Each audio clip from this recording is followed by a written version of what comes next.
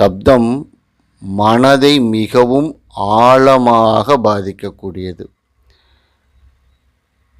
ஒருவர் துக்கத்தில் அழுகிறாங்க, அந்த மனிதரின் சரீரத்தை நம்ம இதுக்கு முன்னால் பார்த்ததில்ல.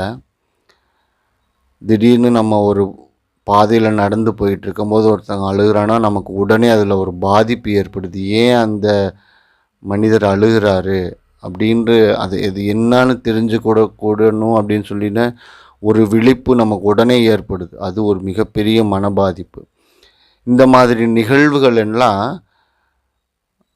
மருத்துவமனைகளில் நிறைய நடக்கும். சில துக்ககரமான நிகழ்வுகள், ஒருவர் இறந்து விட்டார் அல்லது ஒரு குழந்தை பிறந்துருச்சு அப்படின்னா ஒரு அளவு கடந்த ஒரு மகிழ்ச்சியாக துள்ளி குதிப்பது, அல்லது திடீர்னு ஒருத்தர்